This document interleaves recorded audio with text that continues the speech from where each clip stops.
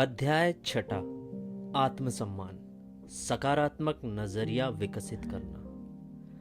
कोई आदमी अपने बारे में जो सोचता है उसी से उसकी तकदीर तय होती है या उसके भाग्य के बारे में संकेत मिलता है। Henry David Thoreau. एक भिखारी एक स्टेशन पर पेंसिलों से भरा कटोरा लेकर बैठा हुआ था। एक युवा अधिकारी उधर से गुजरा और उसने कटोरे में $1 डाल दिया, लेकिन उसने कोई पेंसिल नहीं ली। उसके बाद वह ट्रेन में बैठ गया। डिब्बे का दरवाजा बंद ही होने वाला था कि अधिकारी एकाएक ट्रेन से उतरकर भिखारी के पास लौटा और कुछ पेंसिलें उठाकर बोला, मैं कुछ पेंसिलें लूंगा, इनकी कीमत है। आखिरकार तुम एक व्यापारी हो और मैं भी। उसके बाद वह तेजी से ट्रेन में चढ़ गया। 6 महीने बाद वह अधिकारी एक पार्टी में गया। वह भिखारी भी वहां सूट और टाई पहनकर मौजूद था। भिखारी ने उस अधिकारी को पहचान लिया। वह उसके पास जाकर बोला, आप शायद मुझे नहीं पहचान रहे हैं, लेकिन मैं आपको पहचानता हूं। उसके बाद उसने 6 महीने पहले घटी घटना का जिक्र किया। अधिकारी ने कहा, तुम्हारे याद दिलाने पर मुझे याद आ रहा है कि तुम भीख मांग रहे थे। तुम यहां सूट और टाई में क्या कर रहे हो? भिखारी ने जवाब दिया, आपको शायद मालूम नहीं कि आपने मेरे लिए उस दिन क्या किया। मुझे दान देने के बजाय आप मेरे साथ सम्मान के साथ पेश आए। आपने कटोरे से पेंसिल उठाकर कहा, इसकी कीमत है। आखिरकार तुम एक व्यापारी हो और मैं भी। आपके जाने के बाद मैंने सोचा, मैं यहां क्या कर रहा हूं? मैं भीख क्यों मांग रहा हूं? मैंने अपनी जिंदगी को संवारने के लिए कुछ अच्छा काम करने का फैसला लिया। मैंने अपना झोला उठाया और काम करने लगा। आज मैं यहां मौजूद हूं। मुझे मेरा सम्मान लौटाने के लिए मैं आपका धन्यवाद देता हूं। उस घटना ने मेरा जीवन बदल दिया। अगर आपने अभी तक फ्री बुक हब को सब्सक्राइब नहीं किया है तो अभी सब्सक्राइब करें। भिखारी की जिंदगी में क्या बदलाव आया? बदलाव यह आया कि उसका आत्मसम्मान जाग गया और उसके साथ ही उसकी कार्य क्षमता भी बढ़ गई। हमारी जिंदगी में आत्मसम्मान इसी तरह का जादुई असर डालता है। आत्मसम्मान और कुछ नहीं, बल्कि खुद अपने बारे में हमारी सोच है। अपने बारे में हमारी जो राय होती है उसका हमारी काम करने की शक्ति, रिश्तेदारों, माँ बाप के रूप में हमारी भूमिका, जिंदगी में हमारी उपलब्धियां, यानी हर चीज पर काफी गहरा असर पड़ता है। ऊंचे दर्जे के आत्मसम्मान से जिंदगी खुशहाल, संतुष्ट और मकसदों से भरी जिंदगी बनती है। हम अगर खुद को मूल्यवान नहीं मानते तो हम में ऊंचे दर्जे का स्वाभिमान भी पैदा नहीं होगा।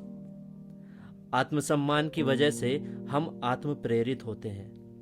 इतिहास में जितने भी महान नेताओं और शिक्षकों का जिक्र है, उन सब का मानना है कि सफल होने के लिए इंसान का आत्म प्रेरित होना जरूरी है। हम अपने बारे में जो सोचते हैं उसका एहसास अनजाने में ही दूसरों को भी करा देते हैं और दूसरे लोग हमारे साथ उसी ढंग से पेश आते हैं। ऊंचे दर्जे के आत्मसम्मान वाले लोग खुद में दृढ़ विश्वास और क्षमता पैदा करते हैं और वे जिम्मेदारियां कबूल करने के लिए तैयार रहते हैं। वे जिंदगी का सामना आशावादी नजरिए के साथ करते हैं, रिश्तों को बेहतर बनाते हैं और उनके जीवन में अधिक परिपूर्णता होती है। वे प्रेरित और महत्वाकांक्षी होते हैं। वे अधिक संवेदनशील भी होते हैं। उनकी काम करने की क्षमता और खतरे मोल लेने की योग्यता बढ़ जाती है। नए अवसरों और चुनौतियों को वे खुले मन से स्वीकार करते हैं। वे बड़ी चतुराई और सफलता के साथ दूसरों की आलोचना या तारीफ कर सकते हैं और अपनी आलोचना या प्रशंसा स्वीकार कर सकते हैं। आत्मसम्मान एक ऐसा एहसास है जो अच्छाई को समझने और उस पर अमल करने से पैदा होता है। अगर आपने अभी तक फ्री बुक हब को सब्सक्राइब नहीं किया है तो अभी सब्सक्राइब करें। धन्यवाद। आत्मसम्मान हमारी खुद की सोच है। Self esteem is our self concept. एक किसान ने अपने खेतों में लौकी बोई। उसने बिना कुछ सोचे समझे एक छोटी सी लौकी को बेल समेत एक शीशे के जार में रख दिया। फसल कटने के समय उसने देखा कि जार में रखी लौकी केवल उतनी ही बड़ी हो सकी जितना बड़ा जार था। जिस तरह लौकी उसे रोकने वाली हदों से अधिक नहीं बढ़ सकी, उसी तरह हम भी अपनी सोच के दायरे से आगे नहीं बढ़ सकते, उस दायरे की हदें जो भी हों। ऊंचे दर्जे के आत्मसम्मान के कुछ फायदे। Some advantage of high self esteem. लोगों की भावनाओं और उनकी उत्पादकता के बीच सीधा रिश्ता होता है। ऊंचे दर्जे के आत्मसम्मान का इजहार अपने आप को, दूसरों को तथा जायदाद, कानून, माँ बाप और देश को दी जाने वाली इज्जत से होता है। इसका उल्टा भी उतना ही सही है। ऊंचे दर्जे का आत्मसम्मान मतलब हाई सेल्फ एस्टीम जैसे दृढ़ विश्वास पैदा करता है और जिम्मेदारियां कबूल करने की इच्छा पैदा करता है और आशावादी नजरिया बनाता है और रिश्ते बेहतर बनाता है और जिंदगी में परिपूर्णता लाता है और दूसरों की जरूरतों के प्रति व्यक्ति को संवेदनशील बनाता है और देखभाल का नजरिया भी बनाता है और व्यक्ति को खुद से प्रेरित और महत्वाकांक्षी बनाता है और आदमी की सोच में नए अवसरों और चुनौतियों को कबूल करने के लिए खुलापन लाता है और कार्य करने की क्षमता और खतरे मोल लेने की योग्यता बढ़ाता है और आदमी को प्रशंसा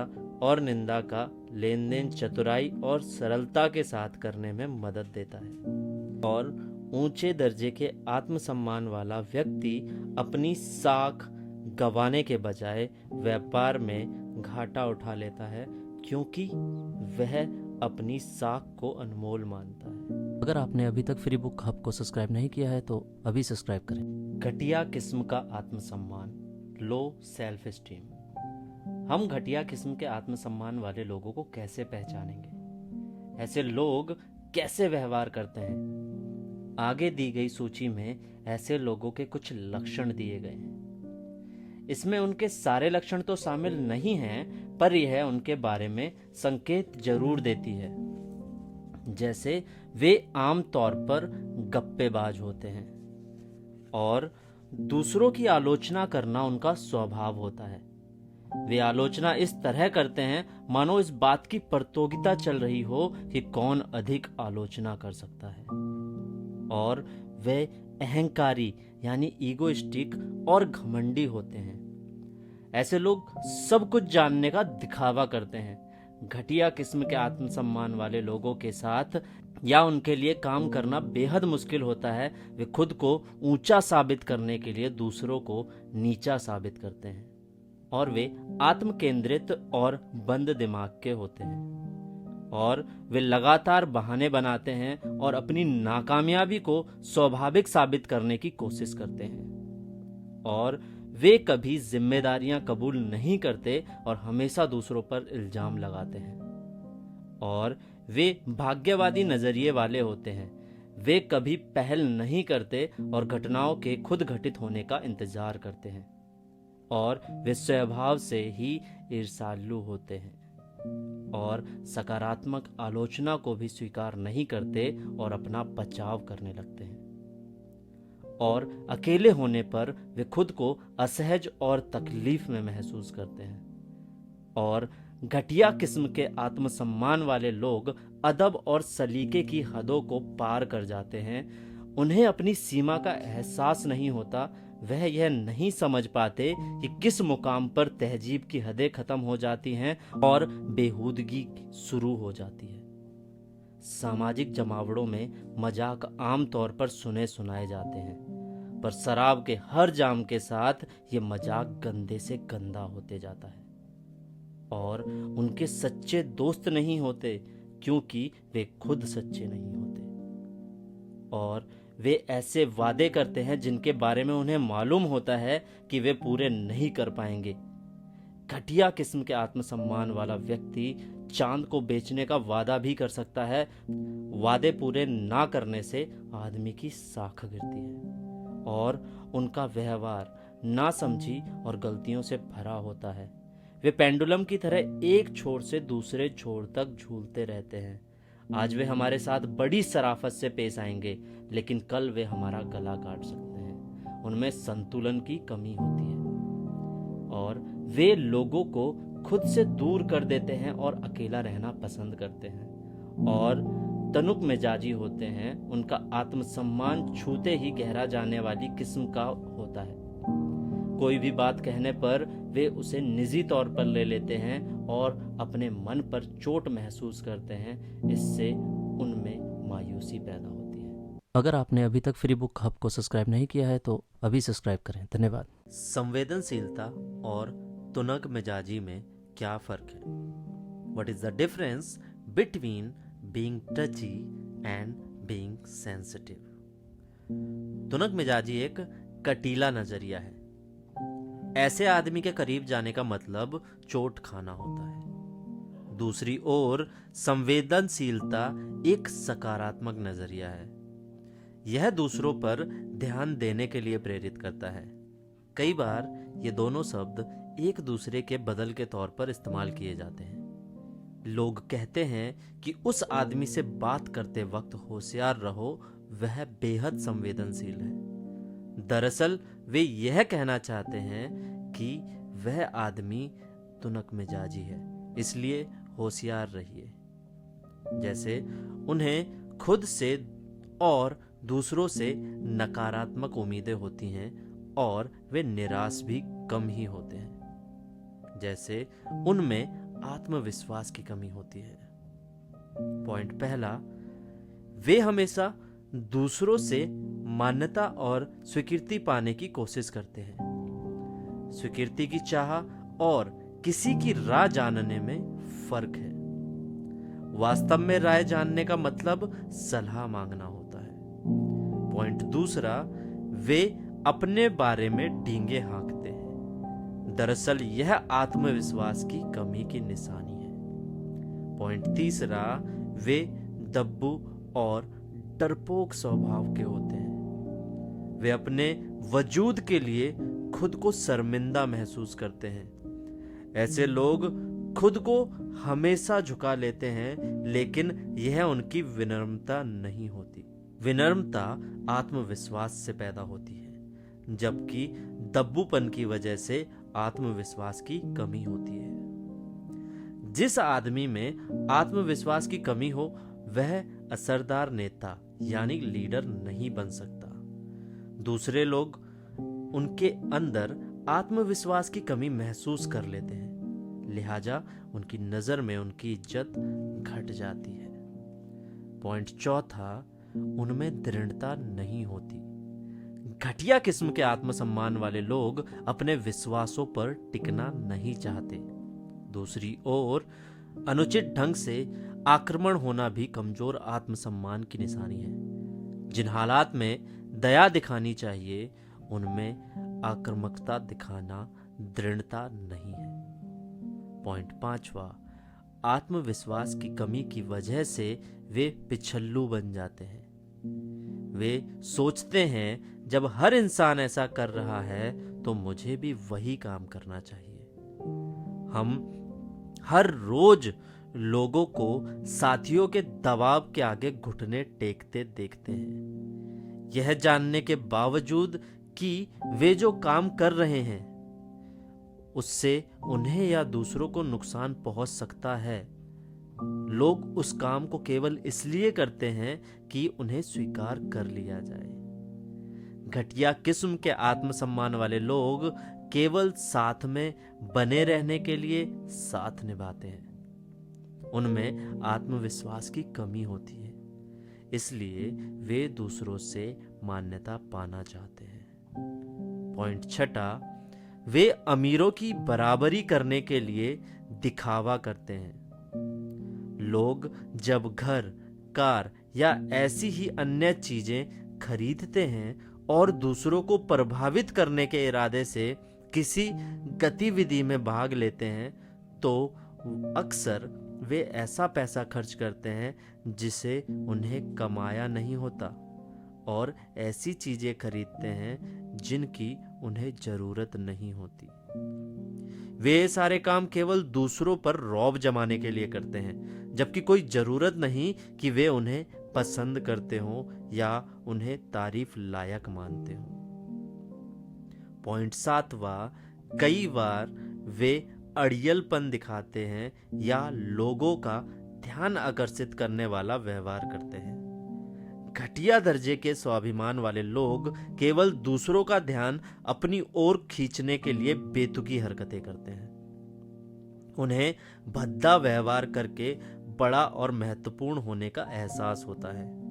कुछ लोग केवल औरों से अलग दिखने और लोगों का ध्यान आकर्षित करने का गलत काम करते हैं और गलत मुकाम पर खड़े हो जाते हैं। अपने बारे में बढ़ चढ़कर डींके हाँकने वाले, कक्षा में जोकरनुमा हरकतें करने वाले और भड़कीले कपड़े पहनने वाले लोगों के उदाहरण हैं। अगर आपने अभी तक फ्री बुक हब को सब्सक्राइब नहीं किया है तो अभी सब्सक्राइब करें। धन्यवाद। वे अनिश्चय के शिकार होते हैं और जिम्मेदारियां कबूल नहीं करते। साहस की कमी और आलोचना के डर की वजह से उनका व्यवहार डुलमुल हो जाता है और वे सत्ता यानी कि जिसके पास भी अधिकार हो उनके खिलाफ बगावत करते हैं। अपने दृढ़ विश्वास के आधार पर साहस के साथ विद्रोह करने और घटिया दर्जे के आत्मसम्मान की वजह से विरोध करने में फर्क है। महात्मा गांधी और मार्टिन लूथर किंग और अब्राहम लिंकन जैसे विश्व के सभी महान नेता विद्रोही थे। उन्होंने अपने दृढ़ विश्वास के कारण सत्ता के खिलाफ हिम्मत के साथ बगावत की। लेकिन घटिया दर्जे के स्वाभिमान वाला व्यक्ति अधिकार संपन्न लोगों के विरुद्ध केवल इसलिए विद्रोह करता है कि उसके पास अधिकार है, भले ही वे सही हों। और वे असामाजिक और अंतमुखी यानी विथड्रॉन होते हैं और वे दिशाहीन होते हैं और उनका नजरिया कुछ इस किस्म का होता है, मैं किसी की परवाह नहीं करता। उनका यह रुख उनके व्यवहार में भी दिखाई देता है और उन्हें दूसरों की तारीफ करने और तारीफ कबूल करने में परेशानी होती है। तारीफ करते समय उन्हें अंदेशा रहता है कि उन्हें गलत ना समझ लिया जाए और अपनी तारीफ होने पर वे खुद को उस लायक नहीं मानते। अपने को नाकाबिल समझना विनम्रता नहीं है और उन्हें दुनिया की चीजों से काफी लगाव होता है। घटिया दर्जे के आत्मसम्मान वाले लोग हमारा महत्व हमारी योग्यता से नहीं बल्कि हमारे पास मौजूद चीजों से आंकते हैं। उनका ध्यान इस बात पर रहता है कि हम कैसी कार चलाते हैं, कैसे मकान में रहते हैं और कैसे कपड़े गहने, मतलब कि यदि हम महिला हैं तो पहनते हैं। वे ये भूल जाते हैं कि इन चीजों को इंसान बनाता है, ये चीजें इंसान नहीं बनाती। घटिया दर्जे के आत्मसम्मान वाले लोग खुद से ज्यादा दौलत और जायदाद को महत्व देते हैं। उनकी जिंदगी पर दिखावा और सनक हावी होते रहते हैं। डिजाइनर के लेबल को वे अपनी हैसियत की निशानी मानते हैं। उनसे उनके पास मौजूद चीजें ले ली जाएं तो वे शर्म से मर जाएंगे। वे एक चूहा दौड़ में फंसे होते हैं। लिल टॉमलिन ने सच ही कहा है, चूहा दौड़ के साथ समस्या यह है कि दौड़ जीत जाने पर भी हम चूहे ही रहते हैं और उन्हें खुद पर गर्व नहीं होता, वे असभ्य होते हैं और वे केवल लेते हैं, कुछ देते नहीं। घटिया दर्जे का आत्मसम्मान अतिवादी यानी एक्सट्रीम व्यवहार को जन्म देते हैं। कई बार ऊंचे दर्जे के आत्मसम्मान वाला व्यक्ति भी घटिया दर्जे के आत्मसम्मान वाले आदमी जैसा ही व्यवहार कर सकता है, लेकिन उसकी वजह अलग होती है। वह अकेला रह सकता है क्योंकि उसे एकांत पसंद होता है, जबकि घटिया दर्जे के आत्मसम्मान वाला इंसान इसलिए अकेला रहता है कि वह लोगों की सोहबत में परेशानी महसूस करता है। अगर आपने अभी तक फ्री बुक हब को सब्सक्राइब नहीं किया है तो अभी सब्सक्राइब करें। धन्यवाद। ऊंचे दर्जे के आत्मसम्मान और घटिया दर्जे के आत्मसम्मान वाले लोगों के लक्षणों की तुलना। Here are some comparison characteristic of people with high and low self-esteem। सबसे पहले मैं आपको बताता हूँ ऊंचे दर्जे के आत्मसम्मान वाले लोग, उसके बाद मैं बताता हूँ घटिया दर्जे के आत्मसम्मान वाले लोग। ऊंचे दर्जे के आत्मसम्मान वाले लोग विचारों के बारे में बात करते हैं और दूसरों की परवाह करते हैं और विनम्र होते हैं और सत्ता का सम्मान करते हैं और दृढ़ विश्वास भरा साहस होता है और आत्मविश्वासी होते हैं और चरित्र की चिंता करते हैं और दृढ़ निश्चय लेते हैं और जिम्मेदारी कबूल करते हैं और हितों की चिंता करते हैं और आशावादी होते हैं और दूसरों की जरूरतें समझते हैं और सीखने की इच्छा रखते हैं और संवेदनशील होते हैं और एकांत प्रिय होते हैं और बहस करते हैं यानी डिस्कस करते हैं और अपनी काबिलियत में विश्वास रखते हैं और सही दिशा जानते हैं और अनुशासित रहते हैं और आत्म प्रेरित रहते हैं और दूसरों को सम्मान देते हैं और सलीका पसंद करते हैं और हदें जानते हैं यानी नोज लिमिट और देते हैं। ये तो हुए ऊंचे दर्जे के आत्मसम्मान वाले लोग।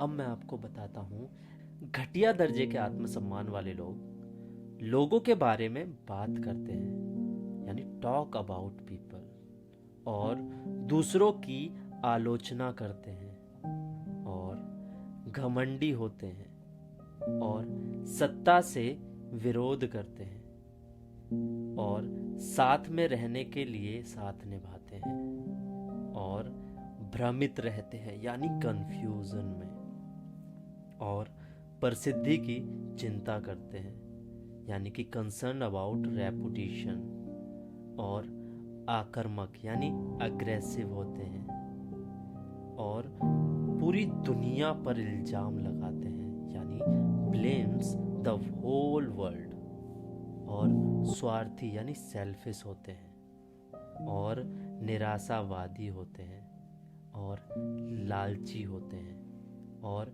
समझते हैं कि वे सब कुछ जानते हैं और तुनक मिजाजी यानी टची होते हैं और अकेलापन चाहते हैं और विवाद करते हैं और केवल दौलत जायदाद को महत्व देते हैं और भटकाव के शिकार होते हैं और आज़ादी की गलत धारणा रखते हैं और बाहर से प्रेरित होते हैं और दूसरों को नीचा मानते हैं और भद्दगी पसंद करते हैं और इनके लिए जब जायज होता है और केवल लेते हैं। इस सूची का मकसद आत्म मूल्यांकन के लिए एक आधार देना है, ना कि किसी के मन में अपराध बोध यानी गिल्ट पैदा करना।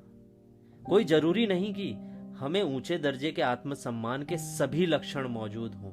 हम में इनमें से कुछ विशेषताएं ज्यादा या कम मात्रा में मौजूद हो सकती हैं। अगर हमें अपना लक्ष्य मालूम है तो हम खुद में सुधार लाने की कोशिश कर सकते हैं। अगर आपने अभी तक फ्री बुक हब को सब्सक्राइब नहीं किया है तो अभी सब्सक्राइब करें। धन्यवाद। मुखौटा क्यों लगाएं?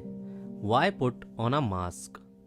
घटिया दर्जे के आत्मसम्मान वाला एक अधिकारी को तरक्की दी गई, लेकिन वह खुद को अपने नए ओहदे के मुताबिक ढाल नहीं पा रहा था। एक दिन वह अपने दफ्तर में बैठा था, तभी किसी ने दरवाजा खटखटाया। अपनी व्यस्तता और महत्व दिखाने के लिए उसने फोन उठा लिया और दरवाजा खटखटाने वाले से अंदर आने के लिए कहा।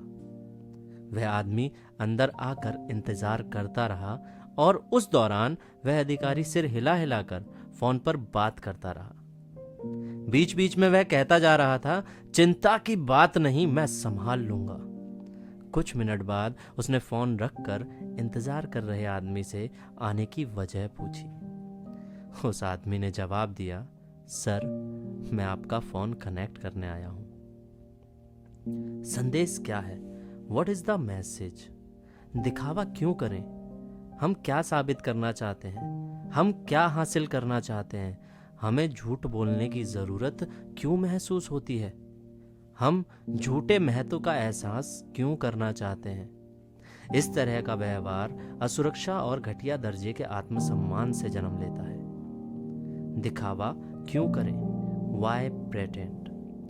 हमारा चरित्र उन सारी बातों से आका जाता है जिन्हें हम करते या नहीं करते हैं, पसंद करते या नापसंद करते हैं। हमारे चरित्र का पता इन बातों से लगता है, जैसे हम जैसे लोगों के साथ रहते हैं या जैसे लोगों की सोबत से बचते हैं, और हम दूसरे लोगों, खास तौर पर अपने महत्वों, बुजुर्गों और अपाहिजों के साथ कैसा व्यवहार करते हैं, और हम कैसी किताबें, फिल्में और संगीत पसंद करते हैं, और हम कैसे मजाक पसंद करते हैं या कैसे मजाकों पर हमें हंसी आती है। हर काम से हमारा नजरिया जाहिर हो जाता है, तो दिखावा क्यों? मेरा मानना है कि यदि किसी आदमी में दृढ़ विश्वास, संवेदनशीलता और सहयोग की भावना है तो वह अपनी कोशिशों से दूसरे लोगों को भी प्रभावित कर सकता है। ऐसा इंसान खुद ब खुद सम्मान पाने के योग्य बन जाता है। अगर आपने अभी तक फ्री बुक हब को सब्सक्राइब नहीं किया है तो अभी सब्सक्राइब करें। आइए जानते हैं सकारात्मक आत्मसम्मान वाले लोग और नकारात्मक आत्मसम्मान वाले लोग। सबसे पहले सकारात्मक आत्मसम्मान वाले लोग। पहला, आत्मसम्मान यानी सेल्फ रिस्पेक्ट। दूसरा, आत्मविश्वास यानी सेल्फ कॉन्फिडेंस। तीसरा, आत्म महत्व यानी सेल्फ वर्थ। चौथा, आत्म स्वीकृति यानी सेल्फ एक्सेप्टेंस। पांचवा, आत्म प्रेम यानी सेल्फ लव। छठा, आत्मज्ञान यानी सेल्फ नॉलेज। सातवां, आत्म अनुशासन यानी सेल्फ डिसिप्लिन। नकारात्मक आत्मसम्मान वाले लोग। आत्म तिरस्कार यानी सेल्फ पुट डाउन। दूसरा, आत्म संशय यानी सेल्फ डाउट। आत्म प्रताड़नता यानी सेल्फ अब्यूज। चौथा, आत्म निषेध यानी सेल्फ डिनाइल। पांचवा, आत्म केंद्रित यानी सेल्फ सेंटरनेस्ड। छठा, आत्म प्रवचना यानी कि सेल्फ डिसेंट। सातवां, आत्म लीनता यानी कि सेल्फ इंड्योरेंस। सातवां, आत्मलीनता। हम अपने बारे में जिस ढंग से सोचते हैं वही हमारा आत्मसम्मान है, और हमारे मन में खुद को जैसा देखते हैं वही हमारी आत्म छवि यानी सेल्फ इमेज है। हम जब खुद के बारे में अच्छा महसूस करते हैं तो पूरी दुनिया अच्छी लगने लगती है, हमारी उत्पादकता बढ़ जाती है और रिश्ते बेहतर हो जाते हैं। इसका उल्टा भी उतना ही सही है। ऊंचे दर्जे के आत्मसम्मान का मतलब अहंकार बढ़ना नहीं होता। अगर किसी इंसान के अपने ही मन में शांति नहीं है तो वह दूसरों के साथ भी शांति से नहीं रह सकता। जो चीज हमारे पास है ही नहीं उसे हम दूसरों को कैसे दे सकते हैं? अगर हम में आत्मसम्मान पैदा करने वाली खूबियां नहीं हैं तो हम उन्हें दूसरों के साथ बांट भी नहीं सकते। हमें सबसे पहले ईमानदारी के साथ अपना मूल्यांकन करके खुद को व्यवस्थित करना होगा। विमान में बैठने वाले मुसाफिरों को सुरक्षा के लिए निर्देश दिया जाता है कि अपने बच्चों को ऑक्सीजन मास्क लगाने से पहले वे खुद ऑक्सीजन मास्क लगा लें। यह स्वार्थ नहीं है। शारीरिक रूप से दूसरों की मदद करने से पहले हमको खुद शारीरिक रूप से मजबूत होना होगा। भावनात्मक रूप से दूसरों की मदद करने से पहले हमको खुद भावनात्मक रूप से मदद करनी होगी। अगर आपने अभी तक फ्री बुक हब को सब्सक्राइब नहीं किया है तो अभी सब्सक्राइब करें। धन्यवाद। घटिया दर्जे के आत्मसम्मान को जन्म देने वाली वजह, causes of low self esteem. हम जन्म लेने के साथ ही अपने सकारात्मक या नकारात्मक आत्मसम्मान का विकास करने लगते हैं। हम खुद के बारे में एक सोच कायम कर लेते हैं जिसे दूसरे लोग और पुख्ता बना देते हैं। नकारात्मक आत्मवर्ता या नकारात्मक आत्म सुझाव, नेगेटिव सेल्फ टॉक और नेगेटिव ऑटो सजेशन।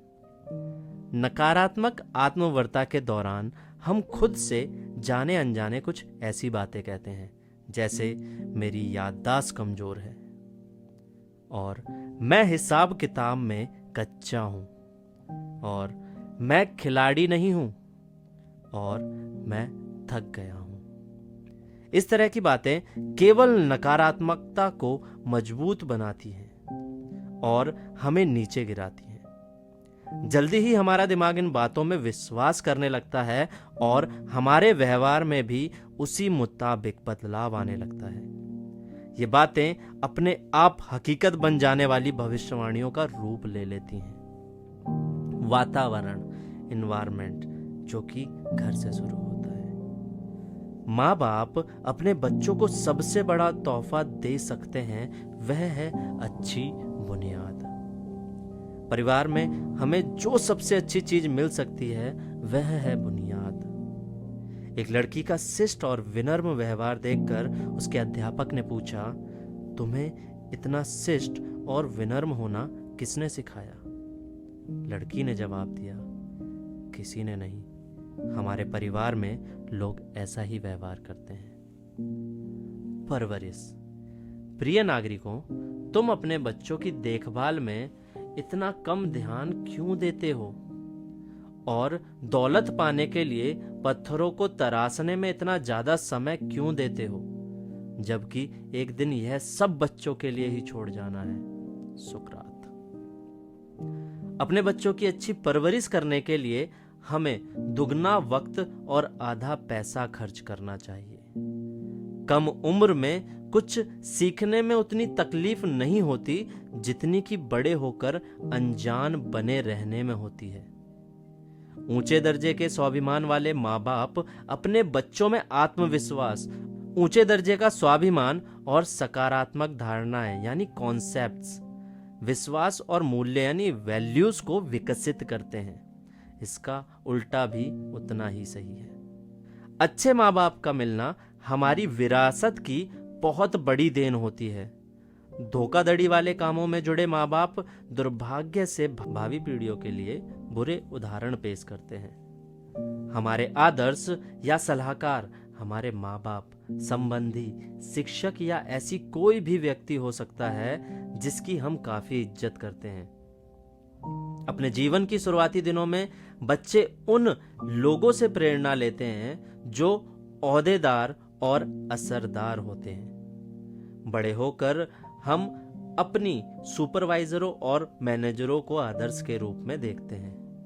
नन्ही आंखों के घर में। अगर आपने अभी तक फ्री बुक हब को सब्सक्राइब नहीं किया है तो अभी सब्सक्राइब करें। धन्यवाद। नन्ही आंखों के घेरे में। रात और दिन दो नन्ही आंखें देखें तुझको, तेरे हर एक शब्द पर उनके कान लगे हैं। उसके छोटे हाथ चाहे तुझसा ही करना, ख्वाब में भी देखें वो तुझसा ही बनना। सबसे बुद्धिमान तुम उसके आदर्श बने हो, रत्ती भर संदेह नहीं है उनको तुझ पर।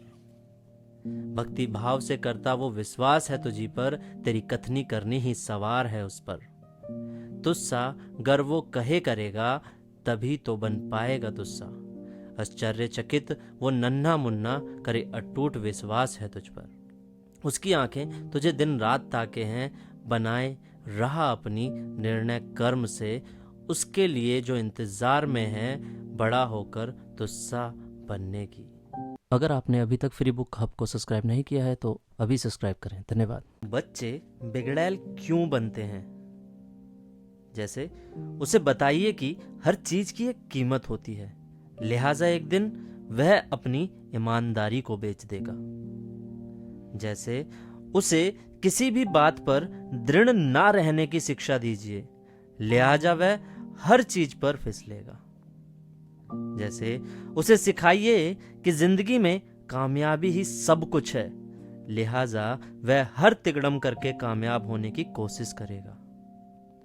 जैसे उसे बचपन से ही वह सब कुछ सिखा दीजिए जिसकी उसे चाहत है, लिहाजा वह इस सोच के साथ बड़ा होगा कि उसकी जिंदगी की जरूरतें पूरी करना दुनिया की जिम्मेदारी है और उसके सामने हर चीज तस्तरी में परोस कर पेश कर दी जाएगी।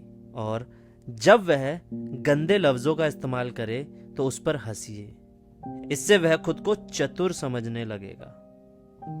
और उसे नैतिकता सिखाने के बजाय उसके 21 साल का होने का इंतजार कीजिए ताकि वह अपने बारे में खुद फैसला कर सके।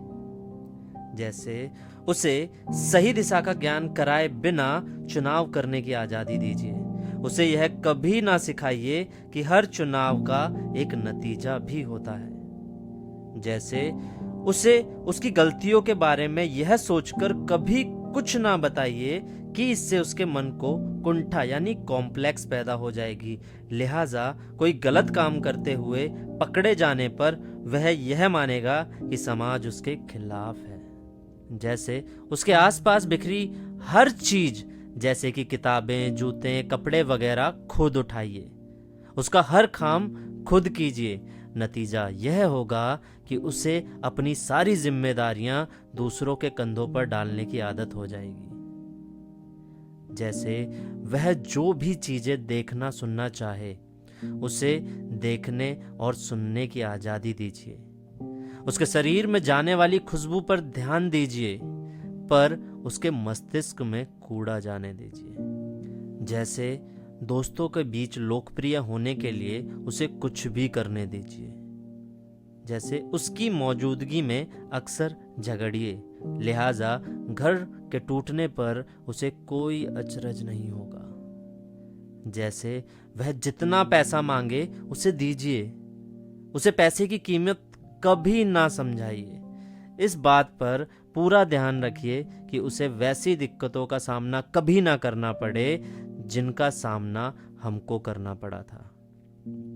जैसे खाने पीने और ऐशो आराम की सारी शारीरिक जरूरतों को यह सोचकर फौरन पूरा कीजिए कि चीजें ना मिलने पर वह हताश होगा। जैसे पड़ोसियों और अध्यापकों के सामने यह सोचकर हमेशा उसका पक्ष लीजिए कि हमारे बच्चे के लिए उनके में मेल है। जैसे जब वह किसी असली मुसीबत में फंसे तो यह कहकर हाथ झाड़ लीजिए, मैंने अपनी ओर से पूरी कोशिश की पर उसके लिए कुछ नहीं कर सका। जैसे उसे यह सोचकर किसी बात पर मत टोकिए कि अनुशासन से आजादी छिन जाती है।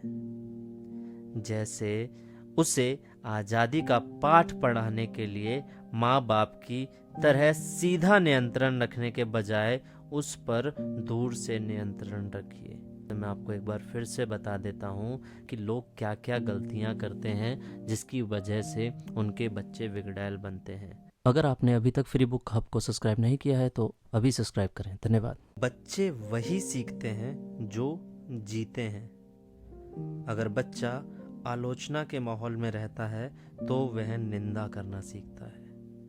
अगर बच्चा प्रशंसा के माहौल में रहता है तो तारीफ करना सीखता है। अगर बच्चा लड़ने के माहौल में रहता है तो झगड़ना सीखता है।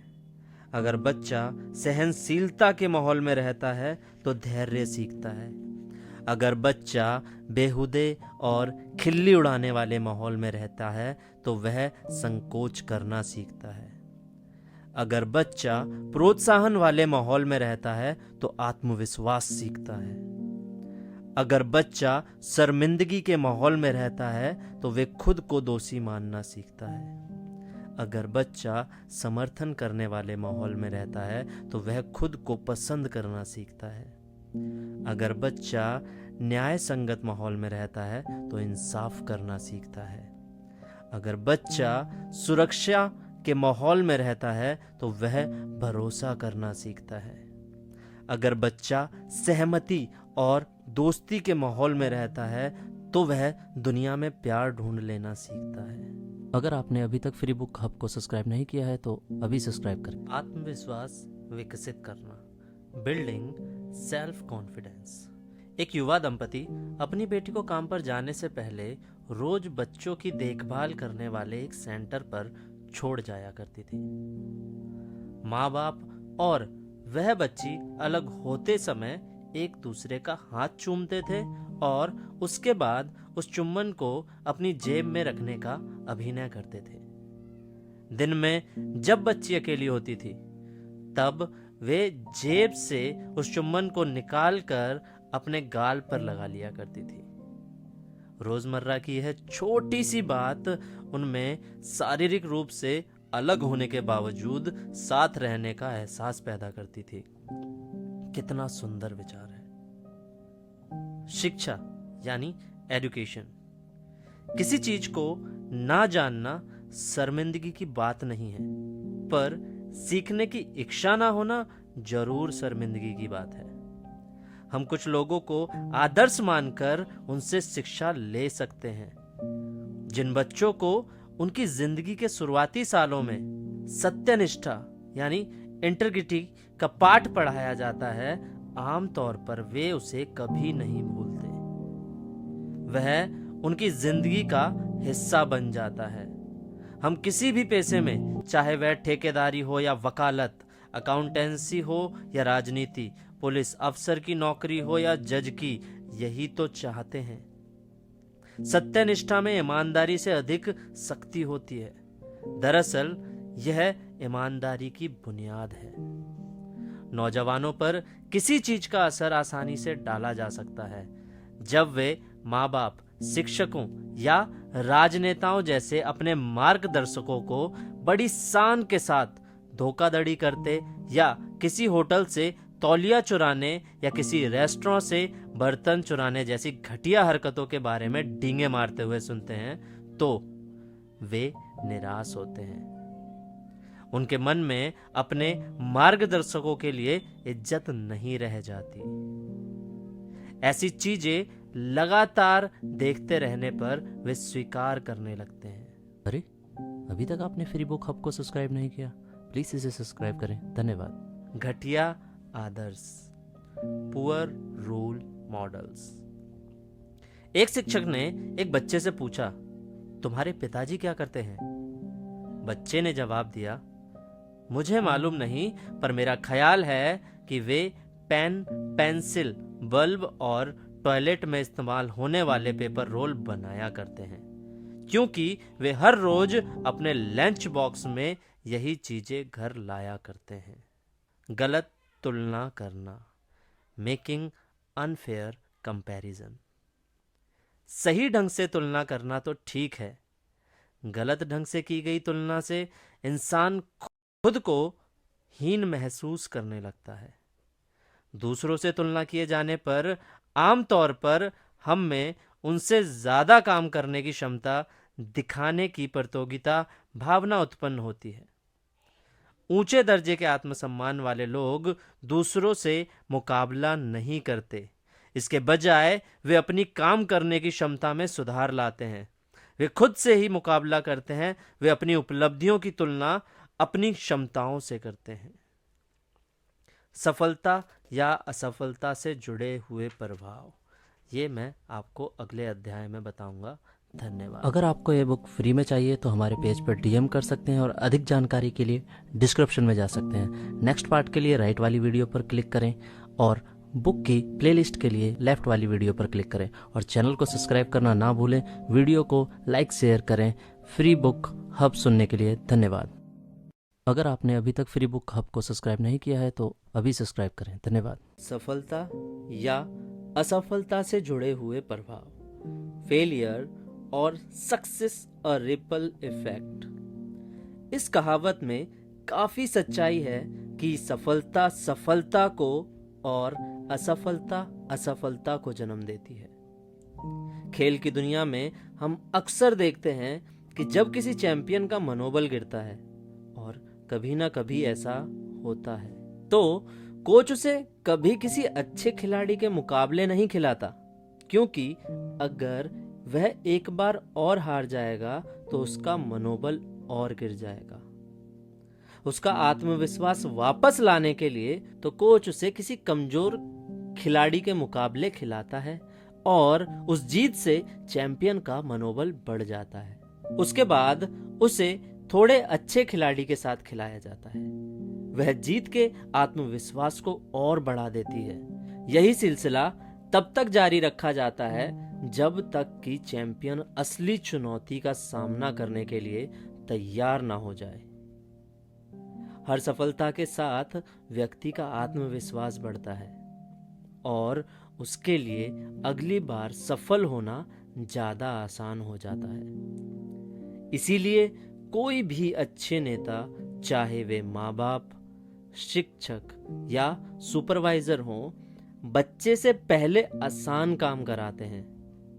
हर बार काम को सफलतापूर्वक पूरा करने के साथ ही बच्चे के आत्मविश्वास और मनोबल का स्तर ऊंचा उठता जाता है। इसी मुकाम पर अगर बच्चे को प्रोत्साहन भी दिया जाए तो उसका सकारात्मक आत्मसम्मान एक ठोस शकल लेने लगता है।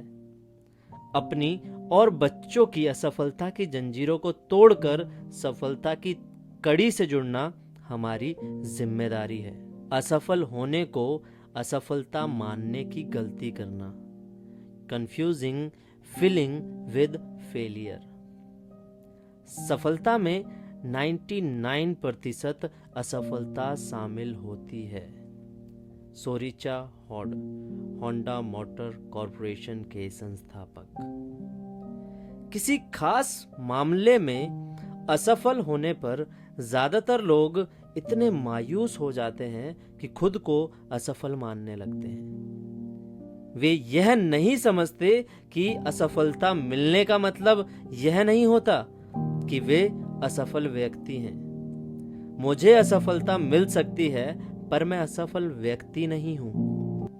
मुझे मूर्ख बनाया जा सकता है पर मैं मूर्ख नहीं हूं। हम असफल व्यक्ति तभी माने जाएंगे जब मैदान छोड़ दें। अगर आपने अभी तक फ्री बुक हब को सब्सक्राइब नहीं किया है तो अभी सब्सक्राइब करें। अभिभावकों, शिक्षकों और सुपरवाइजरों की गौरवजीव उम्मीदें। Unrealistic expectations of perfections bye parents, teacher and supervisor. मान लीजिए कि कोई बच्चा स्कूल से अपना रिपोर्ट कार्ड लेकर आता है। उसके 5 विषयों में ए ग्रेड और एक विषय में बी ग्रेड मिला है। आमतौर पर माँ बाप का पहला सवाल यही होता है, तुम्हें बी ग्रेड क्यों मिला? क्या माँ बाप को बच्चे को बी ग्रेड हासिल करने के लिए बधाई देनी चाहिए और उसके इस निचले स्तर के ग्रेड को कबूल कर लेना चाहिए? बिल्कुल नहीं। बच्चा दरअसल यह चाहता है कि उसे 5 विषयों में ए ग्रेड हासिल करने के लिए शाबाशी और बढ़ावा दिया जाए। ए ग्रेड हासिल करने की, उसकी कामयाबी की मान्यता देने और सराहने के बाद माँ बाप उसे सही 6 विषयों में ए ग्रेड पाने की अपनी उम्मीद के बारे में बता सकते हैं और जरूरत पड़ने पर मदद करने की पेशकश भी कर सकते हैं। अगर हम अपनी उम्मीदों को घटा लेंगे तो संभव है कि अगली बार उपलब्धियों का ग्राफ नीचे गिरकर हमारी उम्मीदों के स्तर तक आ जाएगा। इसी तरह काम के दौरान कर्मचारी 100 सही काम करने के साथ एक गलत काम भी कर सकता है। जरा सोचिए कि उस हालत में बॉस की प्रतिक्रिया क्या होती होगी। अच्छी चीजों को मान्यता देनी चाहिए, पर अपना स्तर मत गिराइए। अगर आपने अभी तक फ्री बुक हब को सब्सक्राइब नहीं किया है तो अभी सब्सक्राइब करें। धन्यवाद। अनुशासन की कमी, लैक ऑफ डिसिप्लिन। अनुशासन क्या है? What is discipline? क्या अनुशासन का मतलब कोई दिक्कत पैदा होने या कोई गलती हो जाने के बाद उसे दूर करना है? क्या इसका मतलब कोई चीज ऊपर से थोपना है? क्या इसका अर्थ दुर्व्यवहार करना है? क्या यह आजादी छीन लेता है? इनमें से किसी का भी जवाब हाँ नहीं है। अनुशासन का मतलब यह नहीं है कि कोई इंसान बेल्ट उठाकर बच्चे को पीटना शुरू कर दे। यह तो पागलपन है। अनुशासन का मतलब है दृढ़ता। यह एक दिशा है। इसका मतलब है समस्या पैदा होने से पहले ही उसकी वजह को मिटा देना। इसका मतलब है ऊर्जा को बड़ी उपलब्धियां हासिल करने की दिशा में प्रभावित और व्यवस्थित करना। अनुशासन कोई ऐसी चीज नहीं है जो हम दूसरों के लिए करते हैं, बल्कि यह एक ऐसी चीज है जिसे हम उन लोगों के लिए करते हैं जो इसकी परवाह करते हैं। अनुशासन प्यार के इजहार का एक तरीका है। कई बार हमको भलाई करने के लिए भी सख्ती करनी पड़ती है। सभी दवाइयां मीठी नहीं होती और ना ही दर्द दिए बिना सारे ऑपरेशन किए जा सकते हैं। फिर भी हमें उनका सहारा लेना पड़ता है। हमें कुदरत से सबक लेना चाहिए। हम सभी जिराफ नाम के भारी भरकम जानवर के बारे में जानते हैं। माता जिराफ अपने बच्चे को खड़े खड़े जन्म देती है। बच्चा माँ की नरम कोख से एकाएक कठोर जमीन पर आ गिरता है और फिर बैठ जाता है। माँ सबसे पहला काम यह करती है कि बच्चे के पीछे जाकर उसे जोरदार ठोकर मारती है। बच्चा खड़ा हो जाता है, लेकिन उसके पांव कमजोर होने की वजह से लड़खड़ा जाते हैं और वह फिर गिर जाता है। माँ फिर बच्चे के पीछे जाकर उसे एक ठोकर और मारती है। बच्चा खड़ा होने के बाद फिर बैठ जाता है, लेकिन माँ उसे तब तक ठोकर मारती रहती है जब तक कि बच्चा अपने पांव पर खड़ा होकर चलने नहीं लगता। क्यों? इसलिए कि बच्चा तभी जिंदा बच सकता है जब वह अपने पांव पर खड़ा हो जाए, वरना मांस भक्षी जानवर उसे खा जाएंगे और माँ इस बात को जानती है। आपसे मेरा सवाल है, क्या यह प्यार नहीं है? बेशक है। प्रेम और अनुशासन के माहौल में पले बच्चे बड़े होकर माँ बाप को और अधिक इज्जत देते हैं एवं कानून का पालन करने वाले बनते हैं। इसका उल्टा भी उतना ही सही है। हर घर में अगर अनुशासन का पालन किया जाए तो युवाओं द्वारा किए जाने वाले अपराधों में 95% तक की कमी आ जाएगी। अच्छे माँ बाप अनुशासन लागू करने से नहीं हिचकिचाते, भले ही बच्चे कुछ देर के लिए उन्हें नापसंद करें। अनुशासन आजादी देता है। Discipline gives freedom. हमारा स्वभाव कुछ ऐसा ही है। हम नतीजे की परवाह किए बिना अपने मन मुताबिक काम को करना चाहते हैं। लेकिन अगर किसी बच्चे को बॉक्स में भरे सारे चॉकलेट खाने की इजाजत दे दी जाए तो वह बीमार पड़ जाएगा। अगर उसी बच्चे को अनुशासित ढंग से 1 या 2 चॉकलेट रोज खाने की इजाजत दी जाए तो उसे लंबे समय तक आनंद मिलेगा। आजादी मनचाही चीज का भरपूर आनंद उठाने में नहीं, बल्कि मन के वश में रहने से मिलती है। लोगों के मन में यह गलत धारणा बैठी हुई है कि आजादी का मतलब मन मुताबिक काम करना है। लेकिन आदमी की इच्छाएं हमेशा पूरी नहीं हो सकती। कई बार अच्छे मूल्यों यानी वैल्यूज और अनुशासन के फायदे को समझ पाना मुश्किल होता है। बल्कि उनके खिलाफ काम करना ज्यादा फायदेमंद, आनंदमय और सुविधाजनक लगता है। लेकिन हमें उन अनगिनत उदाहरणों पर ध्यान देना चाहिए जो बताते हैं कि लोग अनुशासनहीनता के कारण किस तरह असफल हुए। अनुशासन की बंदिशें हमें नीचे गिराने के बजाय ऊपर उठाती हैं। अनुशासन का यही लाभ है। एक लड़का अपने पिता के साथ पतंग उड़ा रहा था। उसने पिता से पूछा, पतंग किस वजह से ऊपर उड़ रही है? पिता ने जवाब दिया, धागे की वजह से। लड़के ने कहा, पिताजी, धागा तो पतंग को नीचे खींच रहा है। पिता ने लड़के से कहा कि वह चुपचाप देखता रहे। उसके बाद पिता ने धागा छोड़ दिया। सोचिए पतंग का क्या हुआ होगा। वह नीचे गिर गई। क्या हमारी जिंदगी के साथ भी यही बात सही नहीं है? कई बार हम जिन चीजों के बारे में सोचते हैं कि वे हमें नीचे धकेल रही हैं, वास्तव में वे हमें ऊपर उड़ाने में मदद दे रही होती हैं। हमारी जिंदगी में अनुशासन भी यही काम करता है। अगर आपने अभी तक फ्री बुक हब को सब्सक्राइब नहीं किया है तो अभी सब्सक्राइब करें। धन्यवाद। मैं आजाद होना चाहता हूँ। I want to be free. हम यह जुमला अक्सर सुनते हैं, मैं आजाद होना चाहता हूँ। अगर आप ट्रेन को पटरी से उतार दें तो यह आजाद हो जाएगी, लेकिन उसके बाद वह जाएगी कहाँ?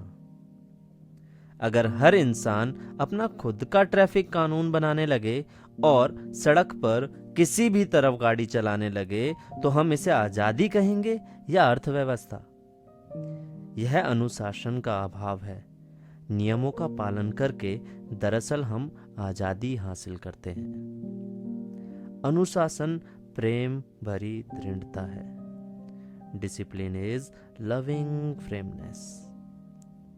मैंने यह सवाल अपने सेमिनारों में भाग लेने वाले कई लोगों से पूछा है, अगर हमारे बच्चे को 105 बुखार हो और वह डॉक्टर के पास ना जाना चाहता हो तो हम क्या करेंगे? सबका जवाब यही था कि बच्चे के विरोध करने के बावजूद वे उसे डॉक्टर के पास ले जाएंगे। क्यों? क्योंकि बच्चे का हित उसी में है। बच्चे की परवरिश करना लोकप्रिय प्रतियोगिता नहीं है। Parenting is not a popularly contest. एक डकैती के मुजरिम को सजा देते समय जज ने पूछा कि क्या उसे कुछ कहना है? उस आदमी ने जवाब दिया, जी हजूर, मेहरबानी करके मेरे माँ बाप को भी सजा दीजिए। जज ने पूछा, क्यों? कैदी ने जवाब दिया, जब मैं छोटा बच्चा था तो मैंने स्कूल से पेंसिल चुराई। मेरे माँ बाप ने यह जानने के बावजूद मुझे कुछ नहीं कहा। उसके बाद मैंने एक पेन चुराई। उन्होंने उस वाक्य को भी जानबूझकर नजरअंदाज किया। उसके बाद मैं स्कूल और पड़ोसियों के घरों से एक के बाद एक चीजें चुराता रहा और चोरी मेरी आदत बन गई। मेरे माँ बाप को यह सारी बातें मालूम थीं, पर उन्होंने मुझे एक शब्द भी नहीं कहा, इसलिए मेरे साथ उन्हें भी जेल जाना चाहिए। वह सही कह रहा था। हालांकि इन बातों से वह अपनी जिम्मेदारियों से बरी नहीं होता, पर सवाल यह पैदा होता है कि क्या माँ बाप ने सही काम किया? जाहिर है नहीं। बच्चों को चुनाव करने का मौका देना अच्छी बात है, पर सही दिशा दिखाए बिना चयन करने की छूट देना उनकी तबाही की वजह बन सकता है। शरीर और मन की पूरी तैयारी त्याग और अनुशासन से ही संभव है। अगर आपने अभी तक फ्री बुक हब को सब्सक्राइब नहीं किया है तो अभी सब्सक्राइब करें। माँ बाप एक हफ्ते में बच्चों के साथ काम की बातचीत पर तकरीबन 15 मिनट का ही वक्त देते हैं। बाकी समय उन्हें अपने साथियों और टीवियों से जो नैतिक मूल्य मिलते हैं उन्हें मनचाहे ढंग से इकट्ठा करने के लिए छोड़ दिया जाता है। खुद से पूछें, क्या अनुशासन के बिना एक कप्तान जहाज को सही ढंग से चला सकता है? एक एथलीट दौड़ में जीत सकता है? एक वायलिन वादक संगीत समारोह में अच्छी तरह से वायलिन बजा सकता है? जवाब है बिल्कुल नहीं। फिर हम निजी व्यवहार के मामले में या कोई स्तर हासिल करने के लिए अनुशासन के जरूरी होने पर सवालिया निशान लगाते हैं। अनुशासन बेहद जरूरी है। आज की फिलॉसफी है, अगर यह काम अच्छा लगता है तो करो। मैंने कई बार माँ बाप को बड़े ही भोलेपन के साथ कहते सुना है कि मेरे बच्चे चाहे कुछ भी कर रहे हों, अगर इससे उन्हें खुशी मिल रही है तो यह मेरे लिए जरूरी नहीं है कि वे क्या कर रहे हैं। मैं उनसे पूछता हूं, क्या हम जानना नहीं चाहते कि हमारे बच्चे को क्या करने की खुशी मिलती है? अगर सड़क पर किसी को पीटने या उसका सामान छीन लेने से उन्हें खुशी मिलती है, तब ऐसे लोगों के लिए अंग्रेजी में एक लफ्ज है, प्रीवर्जन। हिंदी में इसे कहते हैं नीचता। जीवन में जितना खुशी का महत्व है उतना ही यह भी महत्वपूर्ण है कि वह खुशी हमें कहां से और कैसे हासिल करते हैं। यह हमारे नैतिक मूल्यों, अनुशासन और जिम्मेदारी का मिला जुला नतीजा होती है। हम अक्सर सुनते हैं, जो तुम्हें अच्छा लगे वो करो। इस बात का उल्टा भी उतना ही सही है कि जो करना जरूरी है उसे पसंद करो। कई बार हमें ऐसे कामों को भी करना पड़ता है जिन्हें करने की जरूरत है, वे चाहे हमें पसंद हो या ना हो। एक माँ दिन भर काम करने के बाद घर आती है, फिर घर के कामकाज निपटाती है, बच्चे की देखभाल करती है और आखिर में थकी हारी सो जाती है। आधी रात को बच्चा रोने लगता है। ऐसे में थककर सोई माँ को क्या उठना चाहिए? नहीं, मगर फिर भी वह उठती है। क्यों? इनकी 3 वजह हैं: प्यार, फर्ज और जिम्मेदारी।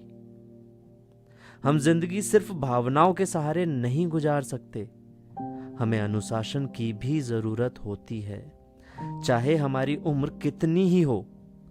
जिंदगी को कामयाबी तभी मिलती है जब हम अपनी इच्छाओं के आगे घुटने के बजाय वह करें जो किया जाना चाहिए या जिसे करने की जरूरत है। इसके लिए जरूरत है अनुशासन की। अगर आपने अभी तक फ्री बुक हब को सब्सक्राइब नहीं किया है तो अभी सब्सक्राइब करें। धन्यवाद। माँ बाप, गुरु या अधिकारियों द्वारा लगाए गए लेबल या नीचा दिखाने वाली टिप्पणियां। Labelling and put downs bye parents, teacher and supervisors. क्या आपने कई माँ बाप को अपने बच्चों को मजाक में या प्यार से लल्लू या भोंदू कहकर पुकारते सुना है? ऐसे लेबल आदमी पर जिंदगी भर के लिए चिपक जाते हैं। बड़े होने पर भी वही बच्चे माँ बाप की टिप्पणियों को सही साबित करते हैं।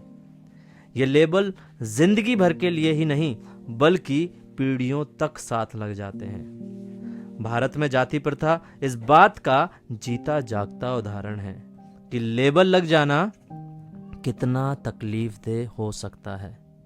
ऊंची जाति या नीची जाति, ये बातें सिर्फ लेबल नहीं तो और क्या हैं।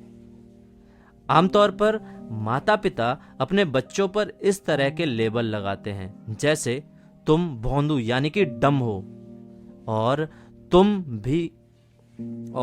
तुम कोई भी काम सही ढंग से नहीं करते, और तुम जिंदगी में कुछ नहीं कर पाओगे। सही मूल्यों की शिक्षा, टीचिंग द राइट वैल्यूज। कई बार असावधानी या अनजाने में हम अपने परिवार या दफ्तर में गलत मूल्यों की शिक्षा देते हैं। जैसे हम अपने बच्चों या कर्मचारियों को अपने लिए झूठ बोलने को कहते हैं।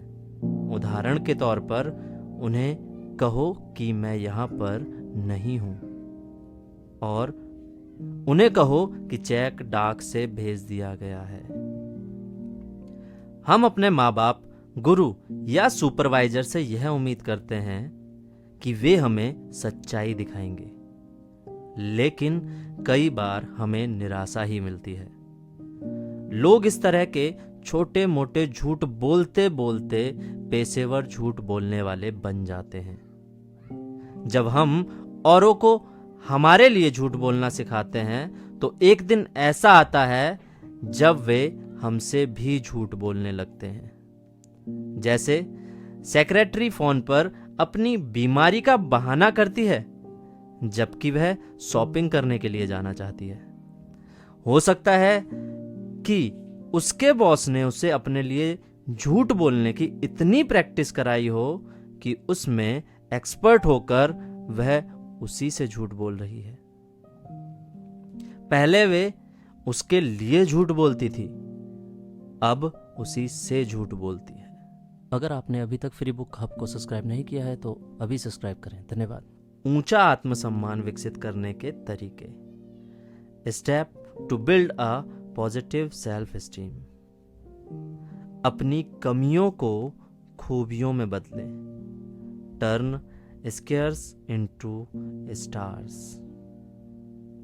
ऐसे लोगों की जीवनी पढ़ें जिन्होंने निराशा को आशा में, नुकसान को फायदे में, रास्ते के पत्थरों को सफलता की सीढ़ी में बदल दिया हो। ऐसे लोग दुखी और उदास होने से इनकार कर देते हैं। वे मायूसियों और नाकामयाबी को अपने ऊपर हावी नहीं होने देते। दुनिया को सर्वश्रेष्ठ संगीत देने वालों में एक बीथोवन भी थे। उनकी अक्षमता क्या थी? वे बहरे थे। प्रकृति के ऊपर सर्वश्रेष्ठ कविताएं लिखने वाले में एक थे मिल्टन। उनकी अक्षमता क्या थी? वे अंधे थे। फ्रैंकलिन अमेरिका के सर्वश्रेष्ठ राष्ट्रपति और दुनिया के महानतम नेताओं में से एक थे। उनकी अक्षमता क्या थी? वे चल फिर नहीं पाते थे, जिससे उन्हें व्हीलचेयर पर बैठकर ही काम करना पड़ता था। अगर आपने अभी तक फ्री बुक हब को सब्सक्राइब नहीं किया है तो अभी सब्सक्राइब करें। धन्यवाद। विल्मा रुडोल्फ की कहानी। विल्मा रुडोल्फ का जन्म टेनेसी के एक गरीब परिवार में हुआ था। 4 साल की उम्र में उसे डबल निमोनिया और काला बुखार यानी कि स्कैरटल फीवर ने गंभीर रूप से बीमार कर दिया। इनकी वजह से उसे पोलियो हो गया। वह पैरों को सहारा देने के लिए ब्रेंस पहना करती थी। डॉक्टरों ने तो यहां तक कह डाला था कि वह जिंदगी भर चल नहीं सकेगी, लेकिन विल्मा की मां ने उसकी हिम्मत बढ़ाई और कहा कि ईश्वर की दी हुई क्षमता, मेहनत और लगन से वह जो चाहे कर सकती है। यह सुनकर विल्मा ने कहा कि वह इस दुनिया की सबसे तेज धाविका यानी रनर बनना चाहती है। 9 साल की उम्र में डॉक्टरों के मना करने के बावजूद विल्मा ने ब्रेंस को उतारा और पहला कदम उठाया, जबकि डॉक्टरों ने कहा था कि वह कभी नहीं चल पाएगी। 13 साल की होने पर उसने अपनी पहली दौड़ प्रतियोगिता में हिस्सा लिया और सबसे पीछे रही। उसके बाद वह दूसरी, तीसरी, चौथी दौड़ प्रतियोगिताओं में हिस्सा लेती रही और हमेशा आखिरी स्थान पर आती रही। वह तब तक कोशिश करती रही जब तक वह दिन नहीं आ गया जब वह फर्स्ट आई। 15 साल की उम्र में विल्मा टेनेसी स्टेट यूनिवर्सिटी गई, जहां वह एड टेम्पल नाम के कोच से मिली। विल्मा ने उन्हें अपनी यह ख्वाहिश बताई कि मैं दुनिया की सबसे तेज धाविका बनना चाहती हूं।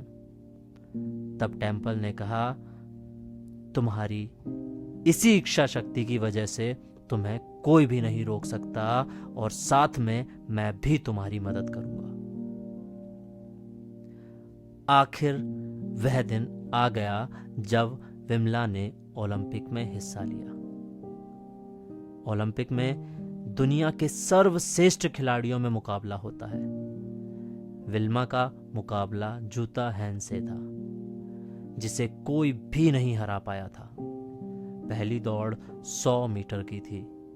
इसमें विल्मा ने जूता को हराकर अपना पहला गोल्ड मेडल जीता।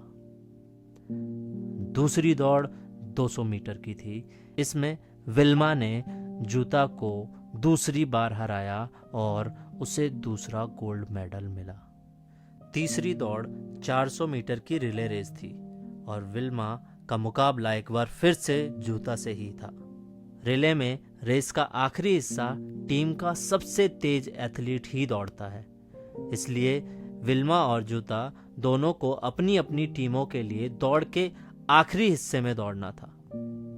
विल्मा की टीम के 3 लोग रिले रेस के शुरुआती 3 हिस्सों में दौड़े और आसानी से बैटन बदली। जब विल्मा के दौड़ने की बारी आई, उसके हाथ से बैटन ही छूट गई, लेकिन विल्मा ने देख लिया कि दूसरे छोर पर जूता हैन तेजी से दौड़ी चली जा रही थी।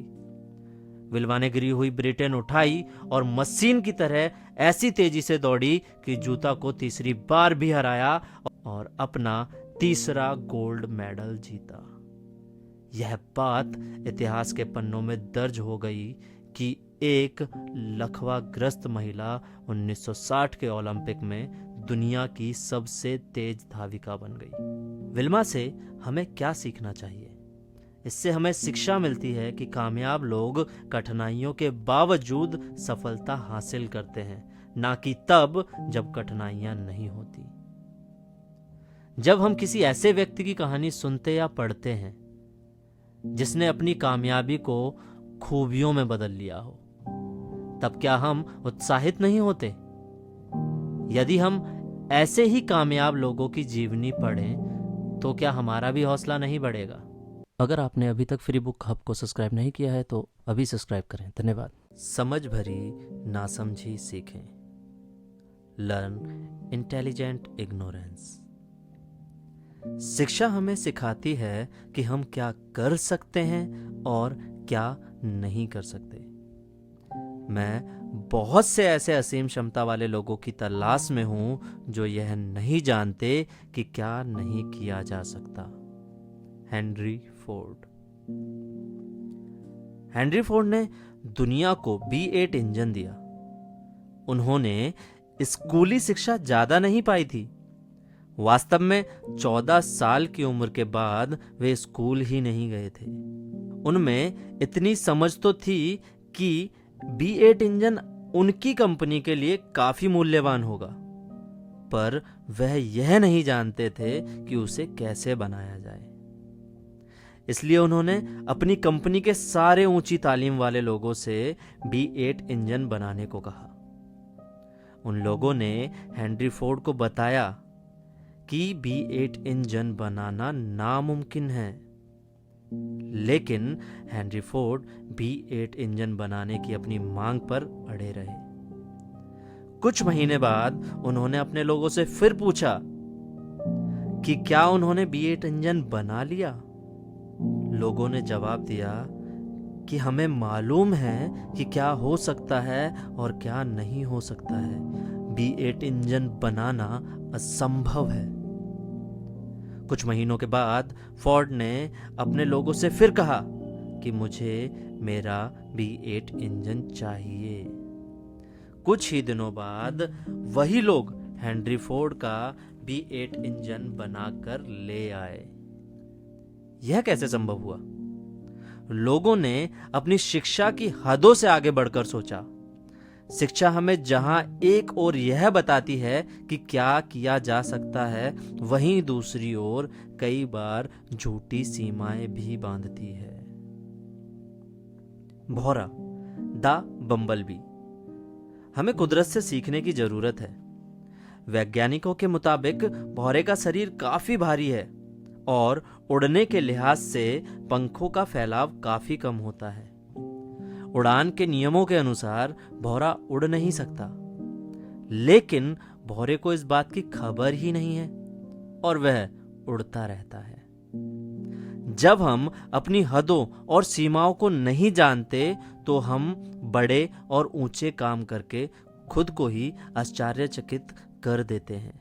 पीछे मुड़कर देखने पर हैरानी होती है कि क्या मेरी कोई सीमा भी थी। हम सिर्फ उन्हीं सीमाओं से बंधे हैं जो हमने अपने लिए खुद बनाई हैं। शिक्षा को अपने ऊपर बंधन मत लगने दें। अगर आपने अभी तक फ्री बुक हब को सब्सक्राइब नहीं किया है तो अभी सब्सक्राइब करें। उन लोगों के लिए कुछ करें जो बदले में हमको कुछ भी नहीं दे सकते। Do something for others who can not repay we in cash और काइंड। विश्व प्रसिद्ध मनोचिकित्सक डॉक्टर कार्ल मैनेजर से एक बार पूछा गया कि आप उस इंसान को क्या सलाह देंगे जिसके बारे में आप जानते हैं कि उसका नर्वस ब्रेकडाउन होने वाला है। दर्शक उम्मीद कर रहे थे कि डॉक्टर मैनेजर ऐसे इंसान को किसी पेशेवर डॉक्टर से सलाह लेने को कहेंगे, लेकिन उन्होंने यह जवाब नहीं दिया। डॉक्टर मैनेजर ने कहा, मैं ऐसे इंसान को यह सलाह दूंगा कि वह शहर के दूसरे हिस्से में जाकर किसी जरूरतमंद की मदद करें। ऐसा करने से हम अपने दायरे से बाहर निकल आते हैं। कई बार हम अपने रास्ते की रुकावट खुद बन जाते हैं। क्या यह बात सही नहीं है? सोशल वर्कर बनिए, इससे हमारा महत्व खुद की नजरों में बढ़ जाता है। जैसी मदद आप दूसरों से खुद के लिए चाहते हैं, दूसरे की वैसे ही मदद करें। यह हमको संतोष की भावना देगा। बदले में बिना कुछ पाने की भावना के साथ दूसरों की मदद करने से किसी भी व्यक्ति में स्वाभिमान बढ़ता है। एक अच्छी शख्सियत वाले व्यक्ति को सिर्फ लेने की नहीं, देने की भी जरूरत होती है। तारीफ लेना और देना सीखें। Learn give and receive compliments. दूसरों की सच्ची तारीफ करने का कोई मौका हाथ से ना जाने दें। याद रखें, इसमें सबसे महत्वपूर्ण शब्द है सद्भाव, सच्चाई और ईमानदारी। जब दूसरे आपकी तारीफ करते हों तो उसे शिष्टता और नम्रता से 2 शब्द आपका धन्यवाद कहते हुए स्वीकार करें। यह विनम्रता की निशानी है। अगर आपने अभी तक फ्री बुक हब को सब्सक्राइब नहीं किया है तो अभी सब्सक्राइब करें। धन्यवाद। जिम्मेदारियां कबूल करें। Accept responsibility. हमें अपने व्यवहार और काम करने की जिम्मेदारी को कबूल करना चाहिए और बहानेबाजियों से बचना चाहिए। उस स्टूडेंट की तरह ना बने जो सिर्फ इसलिए फेल हो गया था क्योंकि उसे टीचर या विषय पसंद नहीं आया। सबसे ज्यादा नुकसान वहां किसे पहुंचता है? हमें अपनी जिम्मेदारियों को कबूल करके दूसरों को दोष देना बंद करना चाहिए। इससे हमारी उत्पादकता यानी प्रोडक्टिविटी और जीवन की गुणवत्ता यानी क्वालिटी में सुधार आएगा। अधिकार हमारी जिम्मेदारियों से बड़े नहीं हो सकते। हमारे अधिकारों की सुरक्षा हमारी जिम्मेदारी के पालन से ज्यादा नहीं बढ़ सकती। John F Kennedy. बहानेबाजियां समस्याओं को और भी मुश्किल बना देती हैं। हम खुद के, परिवार के, दफ्तर के, समाज के और वातावरण के प्रति जिम्मेदार होते हैं। पेड़ पौधों को लगाकर, मिट्टी के कटाव को रोककर और कुदरत की खूबसूरती की हिफाजत करके हम हरियाली बढ़ा सकते हैं। हमें इसी धरती पर रहना है। हमारे पास कोई दूसरी धरती नहीं है जहां हम जा सकें। हमें हर दिन कुछ ऐसे काम करने चाहिए जिनसे यह दुनिया रहने की एक बेहतर जगह बन सके। हम पर आने वाली पीढ़ियों के लिए इस पृथ्वी की हिफाजत करने की जिम्मेदारी है। अगर हम जिम्मेदारी भरा व्यवहार नहीं करेंगे तो आने वाली पीढ़ियां हमें कैसे माफ कर सकेंगी? अगर आदमी की औसत उम्र 75 साल हो और हम अभी 40 साल के हैं तो हमको अब भी 365 गुना 35 दिन जीना है। अपने आप से यह सवाल पूछें कि हम इस समय के साथ क्या करने जा रहे हैं। जब हम अपनी जिम्मेदारियां स्वीकार करते हैं या बढ़ाते हैं तो खुद को और भी महत्वपूर्ण बना लेते हैं। क्या यह सच नहीं है? अगर आपने अभी तक फ्री बुक हब को सब्सक्राइब नहीं किया है तो अभी सब्सक्राइब करें। अनुशासन का पालन करें। Practice discipline. अनुशासन हमारे आनंद को खत्म नहीं करता बल्कि और भी बढ़ा देता है। आपने देखा होगा कि अनेक लोग प्रतिभा और क्षमता के बावजूद नाकामयाब हैं। वे मायूस होते हैं और यह बात उनके व्यापार, सेहत और रिश्तों पर असर डालती है। वे संतुष्ट नहीं होते और अपनी समस्याओं के लिए भाग्य को दोष देते रहते हैं। वे यह महसूस नहीं कर पाते कि उनकी कई समस्याएं अनुशासन की कमी से पैदा हुई हैं। अपने लक्ष्य तय करें। Set goals. सही और साफ सोच के साथ बनाए गए लक्ष्य आदमी को एक दिशा दिखाते हैं। लक्ष्य पाने में कामयाब होने से उसे संतोष मिलता है। मकसद से भी ज्यादा महत्वपूर्ण है मकसद का एहसास और हमारी दृष्टि। इससे जिंदगी को एक अर्थ और पूर्णता मिलती है। अपने लक्ष्य को पाने की कोशिश में हम जो बनते हैं वह लक्ष्य हासिल होने के बाद मिलने वाली उपलब्धियों से अधिक महत्वपूर्ण होता है। कुछ बनने की यह प्रतिक्रिया ही हमें सच्ची खुशी देती है और यही सच्चे अर्थों में स्वाभिमान है। हमारे लक्ष्य असलियत से दूर नहीं होने चाहिए, क्योंकि जो लक्ष्य असलियत से परे या बुनियादी होते हैं वे कामयाबी में नहीं बदल सकते, जिससे हमारे स्वाभिमान में कमी आती है। जबकि वास्तविकता पर आधारित लक्ष्य हमें उत्साहित करने के साथ साथ हमारे स्वाभिमान को भी बढ़ाते हैं। अगर आपने अभी तक फ्री बुक हब को सब्सक्राइब नहीं किया है तो अभी सब्सक्राइब करें। धन्यवाद। ऊंचे चरित्र वाले लोगों से नाता जोड़ें। Associate with people of high moral character. अगर आप खुद के मान सम्मान को महत्व देते हैं तो गुणवान लोगों की संगति में रहें। खराब संगत में रहने से तो अच्छा है कि आप अकेले ही रहें। George Washington. दोस्ती की परख। Test of friendship. हम लोग साथियों के दबाव में आकर बुरा असर अपना लेते हैं। लोग कहते हैं, क्या तुम मेरे दोस्त नहीं हो? याद रखें कि अच्छे दोस्त अपने दोस्तों को दुख और तकलीफ में कभी नहीं देखना चाहते। अगर मैं अपने किसी दोस्त को कभी बेहद शराब पिए हुए देखूं तो मैं उसे गाड़ी चलाने से रोकूंगा। मैं दोस्त खोने के बजाय दोस्ती खोना पसंद करूंगा। अक्सर ऐसा देखा गया है कि लोग दूसरों की नज़र में अच्छा बनने के लिए गलत काम भी बड़ी आसानी से कर जाते हैं और कहते हैं बड़ा मजा आया, मगर वह यह नहीं समझ पाते कि उनका यही मजा उनकी जिंदगी को मजाक बना देता है। साथियों के दबाव में जो चीजें शुरू होती हैं वास्तव में उनसे दोस्ती की परख होती है। जब हम मुश्किल में होंगे तब वे कहाँ होंगे? वे हमारी मदद कहाँ तक करेंगे? और सबसे बड़ा सवाल तो यह है कि जब उनके पास आज चरित्र नहीं है तो कल वे हमारी मदद के लिए चरित्र कहाँ से लाएंगे? ऊंचे नैतिक चरित्र के लोगों के साथ जुड़ने से हमारा स्वाभिमान बढ़ता है। अगर आपने अभी तक फ्री बुक हब को सब्सक्राइब नहीं किया है तो अभी सब्सक्राइब करें। धन्यवाद। साथियों का दबाव।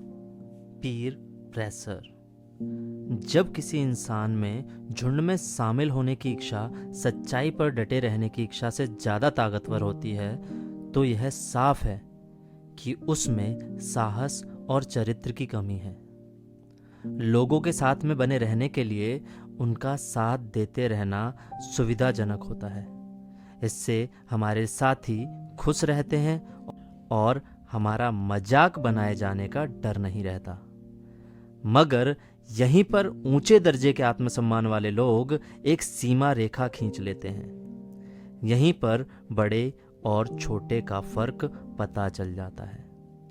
उदाहरण के तौर पर स्कूली बच्चे अपने ग्रुप का हिस्सा इसलिए बने रहना पसंद करते हैं ताकि उन पर कोई हंसे नहीं, और वे जवाब देने की पहल नहीं करते क्योंकि उन्हें डर होता है कि दूसरे उनका मजाक उड़ाएंगे। और कारखाने के कर्मचारी अपने साथियों को खुश रखने के लिए जानबूझकर अपना उत्पादन कम रखते हैं और ज़्यादा मेहनत नहीं करते। थोड़ी सी ढील चलती है। बहुत से लोग कहते हैं कि थोड़ी सी ढील चलती है। मैं थोड़ा बहुत कोशिश करके छोड़ दूंगा। सवाल यह है, क्या थोड़ा बहुत धोखा देना ठीक है? क्या थोड़ा बहुत झूठ बोलना ठीक है? क्या नशीली दवाओं का थोड़ा बहुत सेवन ठीक है? क्या थोड़ी बहुत चोरी करना ठीक है? क्या थोड़ा बहुत नाजायज संबंध रखना ठीक है? कुछ लोग बार बार ढील देते हैं कि मैं जब चाहूं तब इन बुराइयों को छोड़ सकता हूं। वे यह महसूस नहीं करते कि इच्छा शक्ति के मुकाबले बुरे असर ज़्यादा ताकतवर होते हैं। अगर आपने अभी तक फ्री बुक हब को सब्सक्राइब नहीं किया है तो अभी सब्सक्राइब करें। धन्यवाद। बाहरी असर से नहीं बल्कि अंदरूनी प्रेरणा से काम करें। Become internally driven, not externally driven. किसी दिन अगर कोई इंसान बहुत खुश मिजाजी के साथ सोकर उठे और मुझे फ़ोन करके कहे कि तुम दुनिया में सबसे बेहतरीन आदमी हो, तुम काफ़ी अच्छा काम कर रहे हो, मैं तुम्हें यह बताना चाहूँगा कि तुम्हें अपना दोस्त कहने में मुझे गर्व महसूस होता है। मैं जानता हूँ कि वह ये बातें ईमानदारी से कह रहा है। यह सुनकर मुझे कैसा लगेगा? जाहिर है बहुत अच्छा। मगर अगले दिन जब वह झुलझुलाहट के साथ सोकर उठता है और मुझे फ़ोन करके कहता है कि तुम दुष्ट, जालसाज और मक्कार हो, तुम शहर में सबसे बड़े धोखेबाज हो, यह सुनकर मुझे कैसा महसूस होगा? जाहिर है बहुत ही बुरा। जब उसने पहले दिन कहा तुम सबसे अच्छे आदमी हो, मैंने अच्छा महसूस किया। अगले दिन जब उसने मुझे दुष्ट कहा तो मैंने बहुत बुरा महसूस किया। मेरी जिंदगी को कौन कंट्रोल कर रहा है? यकीनन वह इंसान। क्या मैं अपना जीवन ऐसे गुजारना चाहता हूं? हरगिज नहीं। यह हुई बाहरी दबावों से चलने की बात।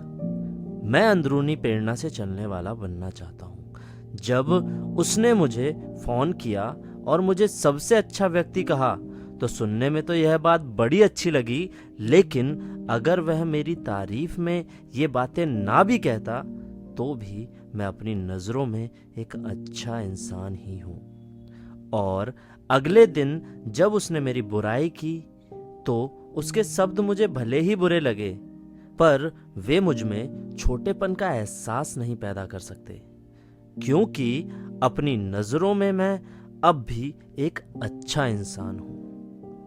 जब लोग ऐसी बातें कहते हैं तुम मुझे नाराज करते हो, तो यहाँ पर कंट्रोल बाहरी है, लेकिन मैं कहता हूँ कि मैं तुमसे नाराज हूँ, तो यहाँ पर कंट्रोल अंदरूनी है। कोई भी आपकी इजाज़त के बगैर आपको हीन यानी छोटा महसूस नहीं करा सकता। अगर आपने अभी तक फ्री बुक हब को सब्सक्राइब नहीं किया है तो अभी सब्सक्राइब करें। एक कहानी है कि प्राचीन भारत के किसी साधु महात्मा को राह चलते एक आदमी ने गालियां दी। उस महात्मा ने बिना परेशान हुए उन बातों को तब तक सुना जब तक वह आदमी बोलते बोलते थक न गया। तब उन्होंने उस आदमी से पूछा, अगर किसी की दी हुई चीज ना ली जाए तो वह चीज किसके पास रहेगी? आदमी ने जवाब दिया कि चीज देने वाले के पास ही रहेगी। महात्मा ने कहा, मैं तुम्हारी इस देन को लेने से इनकार करता हूं। और वह उस आदमी को हक हक्का बक्का और हैरान छोड़कर चल दिए। उस महात्मा का खुद पर अंदरूनी कंट्रोल था और वो महात्मा है महात्मा बुद्ध। जब तक हम बाहरी बातों को दोष देते रहेंगे तब तक हमारे दुख बने रहेंगे और हम खुद को लाचार महसूस करते रहेंगे। जब तक हम अपने एहसास और व्यवहार की जिम्मेदारी खुद नहीं लेंगे तब तक हम में कोई बदलाव नहीं आएगा। हमें सबसे पहले खुद से ये सवाल पूछने चाहिए, जैसे मैं परेशान क्यों हुआ, और मैं गुस्सा क्यों हुआ, और मैं निराश क्यों हुआ। तब हमें इन पर काबू पाने के उपाय सूझने लगते हैं। खुशी सकारात्मक स्वाभिमान का नतीजा है। अगर हम लोगों से पूछें कि उन्हें किन बातों से खुशी मिलती है तो हमको बहुत किस्म के जवाब मिलेंगे। इनमें से ज़्यादातर लोग धन दौलत, ऐशो आराम की चीज़ों के नाम बताएंगे, लेकिन असली खुशी उन चीज़ों को पाने में नहीं है। खुशी बनने में है, ना कि पाने में। जीवन में किसी के पास सब कुछ होने पर भी यह जरूरी नहीं कि वह खुश हो। इसकी उल्टी बात भी इतनी ही सच है। खुशी अंदरूनी होती है। खुशी तो एक तितली की तरह है जिसके पीछे हम जितना दौड़ते हैं वह उतनी ही आगे उड़ती जाती है और हाथ नहीं आती। अगर हम चुपचाप खड़े हो जाएं तो यह हमारे कंधे पर खुद ब खुद बैठ जाएगी। अगर आपने अभी तक फ्री बुक हब को सब्सक्राइब नहीं किया है तो अभी सब्सक्राइब करें। धन्यवाद। खुशी लाने वाली दिमागी सोच बनाएं। Develop a mindset that brings happiness. कड़ुवाहट भावनात्मक नाकामयाबी की पहचान है। यह अच्छे काम करने की हमारी क्षमता को अपाहिज कर देती है। अपने पैमाने खुद बनाएं। खुद के प्रति ईमानदार रहें। खुद से ही मुकाबला करें। आगे बताई हुई बातों को अपनाएं, जैसे हर आदमी और हर हालात में अच्छाई ढूंढें, जैसे खुश रहने का फैसला करें, जैसे अपने पैमाने समझदारी से तय करें, जैसे गलत आलोचना से परेशान ना होने की क्षमता बढ़ाएं, जैसे छोटी से छोटी चीज में भी खुशी तलाशना सीखें, जैसे याद रखें कि समय कभी एक जैसा नहीं रहता। उतार चढ़ाव तो जीवन का हिस्सा है। जैसे हर परिस्थिति का भरपूर आनंद लें, जैसे खुद को रचनात्मक कामों में लगाए रखें, जैसे खुद से कम भाग्यशाली लोगों की मदद करें, जैसे चीजों पर काबू पाना सीखें, चिंतित ना रहें, जैसे खुद को और दूसरों को माफ करना सीखें, ना तो अपराध बोध के शिकार हों, ना ही किसी के लिए मन में मैल रखें। खुद को सही आत्म सुझाव दें। Give yourself positive auto suggestions. खुद को सही आत्म सुझाव देने की आदत बनाएं। आत्म सुझाव हमारे अवचेतन मन को प्रभावित करके हमारी सोच के तरीके को बदलता है और हमारे व्यवहार में हमारी सोच ही झलकती है। इस तरह आत्म सुझाव हमारे सोच के तरीके को प्रभावित करके हमारे व्यवहार पर असर डालता है। एक तरह से यह आत्म सुझाव जगाने वाली भविष्यवाणियों का रूप ले लेता है। इस तरह के आत्म सुझावों के कुछ उदाहरण ये हैं, जैसे मैं इसे संभाल सकता हूँ, मैं इसे कर सकता हूँ, मैं हिसाब में अच्छा हूँ, मेरी याददाश्त अच्छी है। हमारी सबसे बड़ी ताकत हमारी सबसे बड़ी कमजोरी भी बन सकती है। Our greatest strength can become our greatest weakness. हमारा कोई गुण हद से ज्यादा बढ़ने पर कमजोरी में बदल जाता है। उदाहरण के तौर पर सेल्स के पेशे में अच्छी तरह से बात करना एक हुनर है। अक्सर ऐसा देखा गया है कि अच्छी बोलचाल वाले सेल्समैन ज्यादा सफल होने लगते हैं और फिर इसी हुनर को हद से ज्यादा इस्तेमाल करने पर असफल भी होने लगते हैं। उनकी खूबी उन्हें कामयाबी के पास ले जाती है, लेकिन जरूरत से ज्यादा इस्तेमाल किए जाने पर कमजोरी बन जाती है और वे नाकामयाब होने लगते हैं। सुनना भी एक ताकत है, लेकिन किसी इंसान में यह खूबी जरूरत से ज्यादा बढ़ने पर ज्यादा सुनना और ना बोलना उनकी कमजोरी बन जाती है। अगर आपने अभी तक फ्री बुक हब को सब्सक्राइब नहीं किया है तो अभी सब्सक्राइब करें। धन्यवाद। हमारी सबसे बड़ी कमजोरी हमारी सबसे बड़ी ताकत बन सकती है। Our greatest weakness can become our greatest strength. गुस्सा एक कमजोरी है, इसे एक ताकत के रूप में कैसे बदला जा सकता है? इसका नमूना एक महिला ने मैड बनाकर पेश किया। मैड का मतलब है मदर्स अगेंस्ट ड्रंकन ड्राइविंग नाम की एक संस्था एक शराबी ड्राइवर की लापरवाही से उस महिला का बच्चा मर गया था। वह इतनी गुस्सा हुई कि उसने यह समाज में ऐसी बातें बर्दाश्त ना करने का फैसला किया। उसने समूचे अमेरिका में शराब पीकर ड्राइविंग करने के खिलाफ लोगों को एकजुट किया। आज वह महिला और उसका संगठन लाखों सदस्यों के साथ एक बड़ी ताकत बन चुके हैं और वे जरूरी कानूनी बदलाव लाने में भी सफल हो रहे हैं।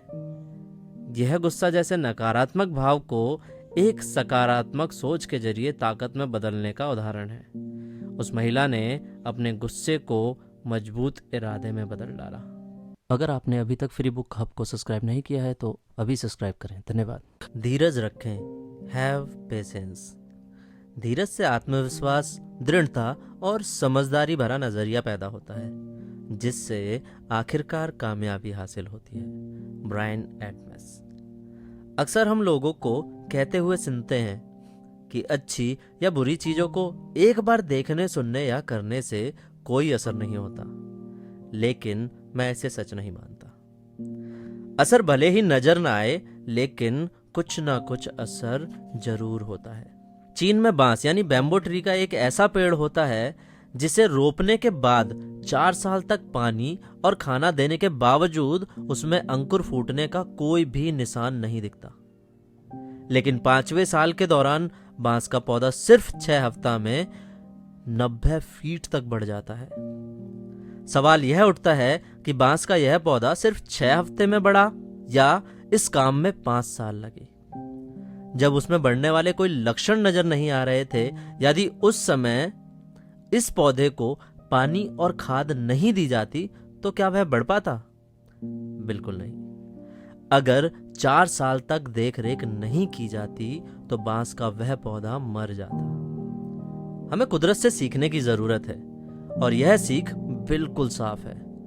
धैर्य और विश्वास के साथ काम करते रहें। अगर नतीजा ना भी आए तब भी उसका असर जरूर होता है। चेतावनी, धीरज और आलस में फर्क होता है। कभी कभी एक बेहद आलसी इंसान खुद को धैर्यवान समझ सकता है। अच्छी शुरुआत का अंत ही अच्छा होता है, एक अंग्रेजी कहावत है। अपनी सारी मजबूरियों और कमजोरियों की लिस्ट बनाएं। Take inventory, make a list of all your strength and weakness. कामयाब लोग अपनी कमियों को पहचानते हैं मगर अपनी शक्तियों को बढ़ाते हैं। जब हम अपनी शक्तियां पहचानेंगे ही नहीं तो इन्हें बढ़ाएंगे कैसे? हम क्या नहीं करना चाहते, इससे ज्यादा ध्यान इस बात पर दें कि हम क्या करना चाहते हैं। हमें 2 कॉलम बनाने हैं। एक तरफ लिखनी है अपनी ताकत यानी कि स्ट्रेंथ और दूसरी तरफ लिखनी है कमजोरी यानी कि वीकनेस। स्वाभिमान के भाव का असली निचोड़ आगे बताए गए अब्राहम लिंकन के लफ्जों से ज्यादा बेहतर तरीके से नहीं समझाया जा सकता। अगर आपने अभी तक फ्री बुक हब को सब्सक्राइब नहीं किया है तो अभी सब्सक्राइब करें। धन्यवाद। ऐ दुनिया, आज मेरे बेटे का स्कूल में पहला दिन है। वर्ल्ड, माई सन स्टार्ट्स स्कूल टुडे। ऐ दुनिया, मेरे बच्चे का हाथ थाम लो, आज इसका स्कूल में पहला दिन है। कुछ देर को इसके लिए हर चीज नई और अजनबी होगी। इसलिए मैं उम्मीद करता हूं कि आप इसके साथ नरमी से पेश आएं। आप तो जानते ही हैं कि इसका संसार अब तक घर तक ही सीमित था। इसने अपनी चार दीवारी के बाहर कभी झांका नहीं था। यह अब तक घर का राजा रहा है। अब तक इसकी चोट पर मरहम लगाने के लिए, इसकी ठेस लगी भावनाओं को प्यार का लेप लगाने के लिए मैं हमेशा मौजूद था। लेकिन अब बात दूसरी होगी। आज सुबह यह सीढ़ियों से उतरकर अपना नन्हा हाथ उत्साह के साथ हिलाएगा और अपनी बड़ी साहसिक यात्रा शुरू करेगा, जिसमें शायद संघर्ष भी होगा, दुख भी होगा और निराशा भी होगी। इस संसार में जीने के लिए इसे विश्वास, प्यार और साहस की जरूरत होगी। इसलिए ऐ दुनिया, मैं उम्मीद करता हूं कि आप इसके नन्हे हाथों को पकड़कर वे सब सिखाएंगे जो इसे जानना चाहिए। सिखाएं जरूर, मगर हो सके तो प्यार से। मैं जानता हूं कि इसे एक दिन यह समझना पड़ेगा कि सभी लोग अच्छे नहीं होते, सभी स्त्री पुरुष सच्चे नहीं होते। इसे यह भी सिखाएं कि संसार में हर धूर्त के लिए एक अच्छा इंसान भी है। जहां एक दुश्मन है तो वहां एक दोस्त भी है। इसे शुरू में ही यह सीखने में मदद करें कि बुरे और धौंस जमाने वाले लोगों को ठिकाने लगाना सबसे आसान है। इसे किताबों की खूबियों के बारे में बताएं और पढ़ने के लिए प्रेरित करें। कुदरत के छिपे सौंदर्य जैसे आसमान में उड़ते पंछी, गुनगुन करते भौरे और हरी भरी वादियों के खिले फूलों को करीब से देखने और जानने के लिए इसे पूरा समय दें। इसे यह भी सिखाएं कि बेईमानी की जीत से हार जाना काफी अच्छा है। इसे तब भी अपने विचारों पर विश्वास रखना सिखाएं जब सब कह रहे हों कि वह गलत हो। मेरे बच्चे को वह शक्ति दें जिससे वह भीड़ का हिस्सा ना बनकर भेड़चाल ना चले जबकि सारा संसार चल रहा हो। इसे यह तो सिखाएं कि वह दूसरों की बात सुने, लेकिन हर बात सच्चाई के तराजू पर परखे और उनमें से सिर्फ अच्छाई को ही अपनाए। अपनी अंतरात्मा की आवाज को सोने चांदी के सिक्कों से ना तोले। इसे यह सिखाएं कि वह लोगों के कहने में ना आए और अगर वह अपनी सोच में खुद को सही पाता है तो अपने सही इरादों पर डटा रहे और संघर्ष करे। इसे नरमी से सिखाएं, लेकिन ऐ दुनिया, इसे बिगाड़े मत और कमजोर ना बनाए, क्योंकि लोहा आग में तपकर ही फौलाद बनता है। वैसे तो ऐसा कर पाना बहुत बड़ी बात है, मगर ऐ दुनिया, फिर भी आप ऐसा करने की कोशिश जरूर करें। आखिरकार वह एक बहुत प्यारा बेटा है। हस्ताक्षर अब्राहम लिंकन। अरे, अभी तक आपने फ्री बुक हब को सब्सक्राइब नहीं किया? प्लीज इसे सब्सक्राइब करें। धन्यवाद। कार्य योजना यानी एक्शन प्लान। पहला, ऐसे लोगों की जीवनियां पढ़ें जिन्होंने हर निराशा को आशा में बदल दिया हो। अच्छी किताबों को पढ़ने या हौसला बुलंद करने वाले कैसेटों को रोजाना सुनने की आदत डालें। दूसरा, बदले में कुछ पाने की इच्छा किए बगैर अपने समय और धन का कुछ हिस्सा भलाई के कामों में लगाएं। यह काम लगातार और करीने से करें। तीसरा, बुरे असर से दूर रहें, साथियों के दबाव में ना आए। चौथा, ईमानदारी और निर्ममता से प्रशंसा करें और पाएं। पांचवा, अपने व्यवहार और कामों की जिम्मेदारी खुद लेना सीखें। छठा, खुद अनुशासित होना सीखें, भले ही उससे परेशानी महसूस हो। सातवां, ऊंचे चरित्र वाले लोगों के साथ रहें। आठवां, रचनात्मक बने, अपनी कमजोरियों को अपनी खूबियों में बदलने के रास्ते ढूंढें। नौवां, धीरज रखना सीखें, अगर नतीजे साफ ना दिख रहे हों तो हिम्मत ना हारें। इसी के साथ ये अध्याय खत्म होता है। अगले अध्याय में मैं आपको बताऊंगा आपसी मेल जोल का महत्व। धन्यवाद। अगर आपको ये बुक फ्री में चाहिए तो हमारे पेज पर डीएम कर सकते हैं और अधिक जानकारी के लिए डिस्क्रिप्शन में जा सकते हैं। नेक्स्ट पार्ट के लिए राइट वाली वीडियो पर क्लिक करें और बुक की प्लेलिस्ट के लिए लेफ्ट वाली वीडियो पर क्लिक करें और चैनल को सब्सक्राइब करना ना भूलें। वीडियो को लाइक शेयर करें। फ्री बुक हब सुनने के लिए धन्यवाद।